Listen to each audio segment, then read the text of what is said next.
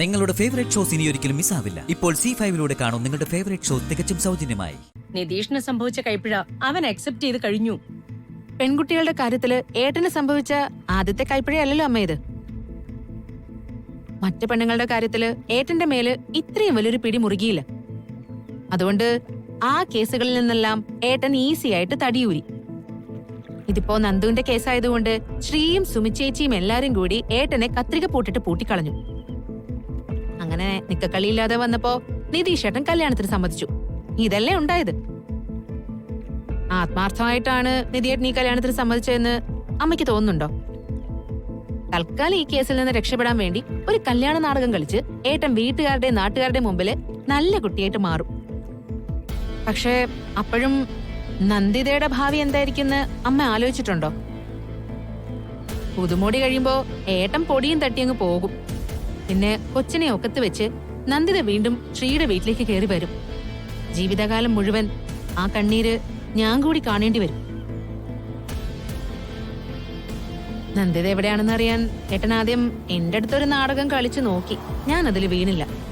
അപ്പോ അടുത്ത സെന്റിമെന്റൽ ഡ്രാമയുമായിട്ട് ശ്രീയുടെ വീട്ടിലേക്ക് കയറി വന്നു. അച്ഛനെയും അമ്മയൊക്കെ ഒരു വിധത്തില് പറഞ്ഞ് കൺവിൻസ് ചെയ്യിപ്പിച്ചു. പക്ഷെ ശ്രീയുടെ അടുത്ത് ഏട്ടന്റെ ഒരു നമ്പറും നടന്നില്ല. ആട്ടി ഇറക്കി നിധിയേട്ടനെ ശ്രീ വീട്ടിൽ നിന്ന്.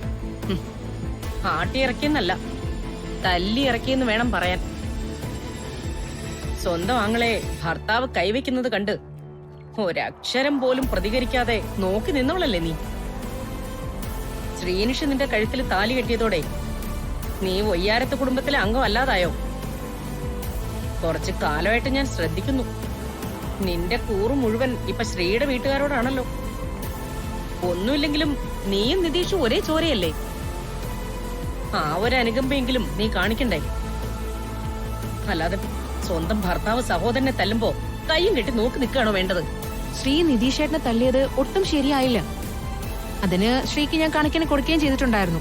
അച്ഛനും അമ്മയും എല്ലാവരും അതിന്റെ പേരിൽ ശ്രീയെ പൊളിച്ചടുക്കി. അതുകൊണ്ട് എന്റെ മോന് സംഭവിച്ച അപമാനം ഇല്ലാതാവൂ? അവന് കിട്ടിയ തല്ലിന് ആര് സമാധാനം പറയും? ഒരമ്മ എന്ന നിലയിൽ നീ എന്റെ ഭാഗത്ത് നിന്ന് കൂടി ചിന്തിച്ചു നോക്കണം മോളെ. നിതീഷിനെ കുറിച്ച് നീ പറഞ്ഞതൊക്കെ ശരിയാ. എന്റെ മക്കളിൽ വഴി പിഴച്ചു പോയ ഒരേ ഒരാൾ അവൻ മാത്രോ? ഗിരി അവനെ എന്തെല്ലാം ജോലികൾ ഏൽപ്പിച്ചു. വിദേശത്തെ കമ്പനികളുടെ ചുമതല വരെ ഏൽപ്പിച്ചു.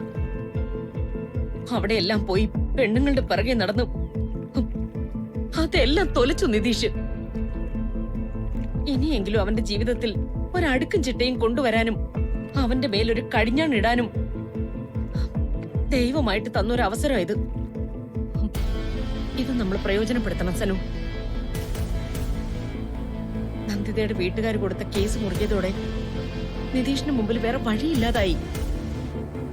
അതാ അവൻ നിന്നെ കാണാൻ വന്നത്. നീയും കൂടി കൈവിട്ട് കളഞ്ഞപ്പോഴാ അവൻ നാണം കെട്ട് ശ്രീനിഷിന്റെ വീട്ടിലേക്ക് കയറി വന്നത്. അത് അടിയും ബഹളമൊക്കെ ആയിട്ട് അങ്ങനെ പോയി. ഇനിയിപ്പോ എന്ത് വേണമെന്ന് അമ്മ പറയുന്നത്? ഇപ്പോഴത്തെ സാഹചര്യത്തിൽ നിതീഷ് നന്ദിതയെ കല്യാണം കഴിക്കാതിരുന്ന അവൻ കേസിൽപ്പെട്ട് ജയിലിൽ പോവേണ്ടി വരും. നിതീഷ് അങ്ങനെ ഒരു കേസിൽപ്പെട്ടാൽ നമ്മുടെ കുടുംബത്തിനുണ്ടാകുന്ന മാനക്കേട് നീ ഒന്ന് ആലോചിച്ച് നോക്ക്. ഡൗൺലോഡ് ചെയ്യൂ C5 ആപ്പ്. കാണൂ എല്ലാ എപ്പിസോഡുകളും സൗജന്യമായി.